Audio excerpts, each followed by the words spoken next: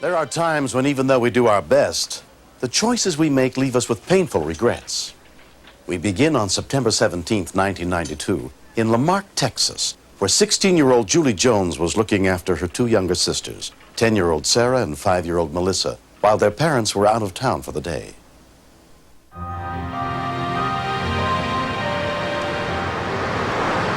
How do you like your new car? It's great. I had just gotten my license. I'm so bad. Can't wait.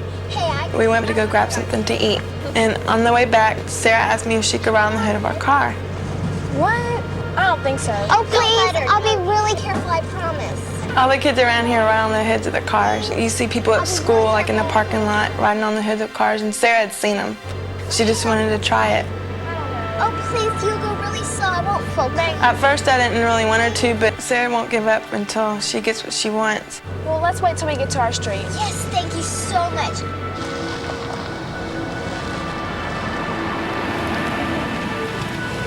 I'll be careful.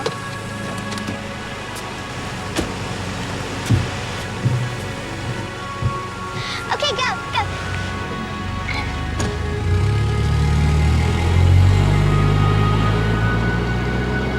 Hang on.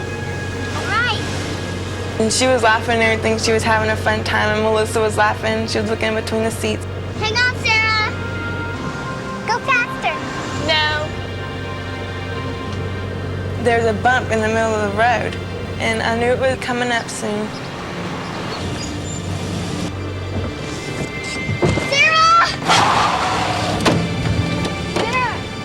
I just went into shock. I didn't know if she was hurt, if she was okay. Sarah! I just thought I was gonna lose her. I didn't want to lose her at all. Is she okay? Sarah! When we continue, We're gonna get you out of there. Don't worry. I was scared, and I thought they would never get her out, and I didn't want my sister to die.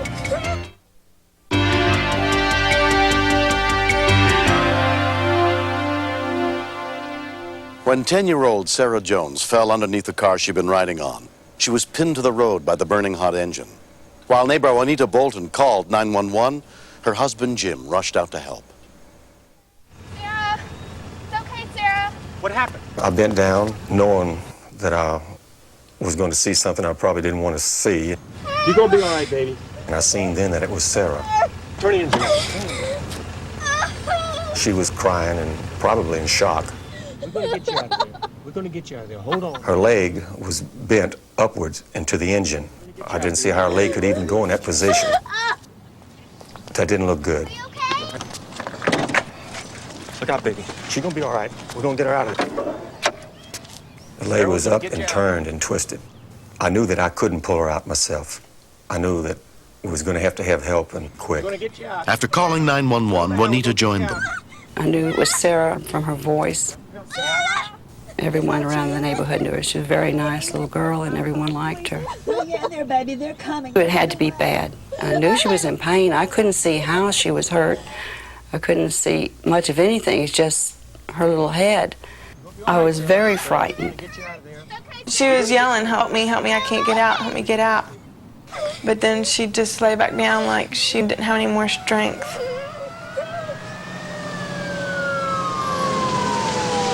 Within 5 minutes, Lamarck fire rescue units arrived on the scene, including EMT Bobby Doolittle. Calm down, honey.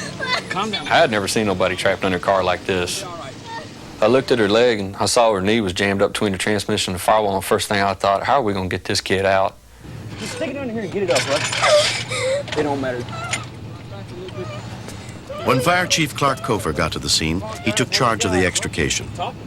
My concern was what damage was done to her by the vehicle when it ran over her. She could have had bleeding internally, broke bones. And, you know, she started getting real panicky. Her neck could have been broke. She could have turned the wrong way and died on us before we'd ever got her out from underneath the car. I need lifeline in the air. I felt like I wanted to go over there and pick up the car, but I couldn't. I knew I didn't have that much strength to help her. I was scared. She was under there pretty tight, and I thought they would never get her out, and I didn't want my sister to die. We couldn't move it forward, we couldn't move it back. We had to jack the car off of her. Talk to me, does it hurt? We're concerned that the little girl was probably burnt because of the engine block, and can get up to 1,200 degrees, cause a second, third degree burn rather quickly within 2 or 3 seconds. Okay, baby.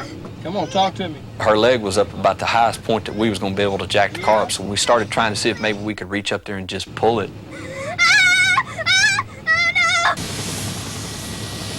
Sarah had been pinned underneath the car for nearly 40 minutes when the Life Flight helicopter touched down at the scene. Flight nurse Maria McClure took over her care. Guys, what do we got? We have a female. Okay. Oh, please, Sarah. How you guys doing over there? She was very scared, but she was being very brave. Somebody had come up with the idea, let's get a syringe and put some jelly in it and put on her leg and see if maybe we can slide it down. Bobby, here's your Vaseline. All right, give me one. All right, okay, baby. Okay, here we go. Even though you normally would not put Vaseline on a burn, because it could create additional bacteria, our major concern was getting her loose, getting her out, and then worrying about the care of the burn. Got it, Bobby? Yeah, we got it. Let's try it. Finally, we'd got enough up underneath it and it popped out. All right, here it comes. Here it comes.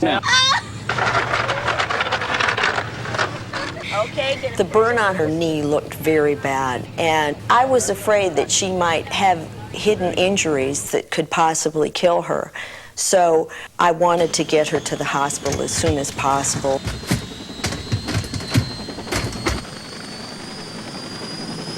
A neighbor got in touch with Sarah's parents, Jody and Randy Jones, and told them what had happened. Being an EMT, I knew that Sarah was hurt bad simply because they called out Life Flight. We'd never call out Life Flight unless it's a very serious accident. I was scared to death. I literally started to prepare myself that she might not live.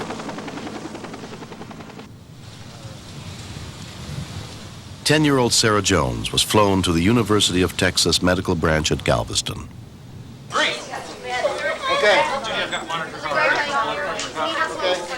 As I was watching the doctors examine her burns, Okay, looks like you got a pretty good burn here. All right, let's check the pulses here. Sure. and I realized the extent of the damage there, my heart was really breaking for this little girl.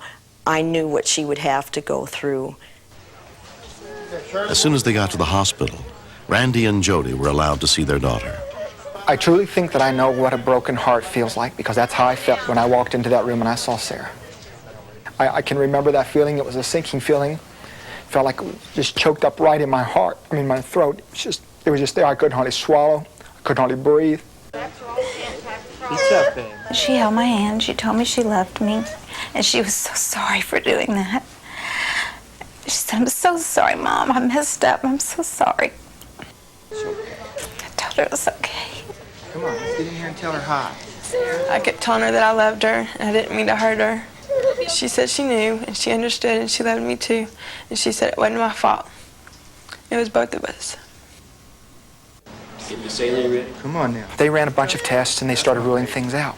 They didn't think that her leg was broken. They ruled out any possible spinal injury. And I felt right then and there, just elated. I thought, we're going home tonight. But instead, Sarah was transferred to nearby Shriners Burns Institute, where Dr. Robert McCauley took over her care. She had what we would refer to as a 4th-degree burn, which involves not only the skin and subcutaneous tissues, but also there was damage to the tendons and the cartilage. I can't guarantee you that this operation will be successful, but what I can tell you is that... At first they thought Sarah's leg might have to be amputated. It was very difficult to think that Sarah might never walk again, simply because she was always a very active kid. During the 2 months Sarah spent in the hospital, she had reconstructive surgery on her leg and knee and underwent 5 skin graft operations. I would get off of the elevator, and I could hear her screaming all the way down the hall from them changing her bandages. It was very hard. I wanted to get back on that elevator and leave. But I couldn't. I wanted to be with her. Hold it, Sarah. Her physical therapy lasted another 6 months. She never gave up. She always did exactly what the doctors asked her to do, always did exactly what I asked her to do. Sarah's an incredible fighter. Come on, Sarah, you can do it, baby. You can do it. I got the strength from my dad because he encouraged me so much. Show me how. Okay. Show me how. All right. I told myself, I'm going to do this. I'm going to get this done just for my dad. And so, tried my hardest. Nearly 2 years have passed since the accident. Sarah's recovery has been painfully slow. The doctors say that it's okay to do anything I want now. And so, I'm going to stretch my legs to the absolute limit. I'm going to get back into sports, and I'm going to get back into just having a great time with my family. Sarah's doing everything that she did before, everything. She still has to wear her Jobs, which is a bodysuit that keeps the scarring down. She doesn't care. Sarah wore shorts the first day of school so that everybody could see her legs and see the Jobs, ask questions, and get it over with and get it behind her. Come on.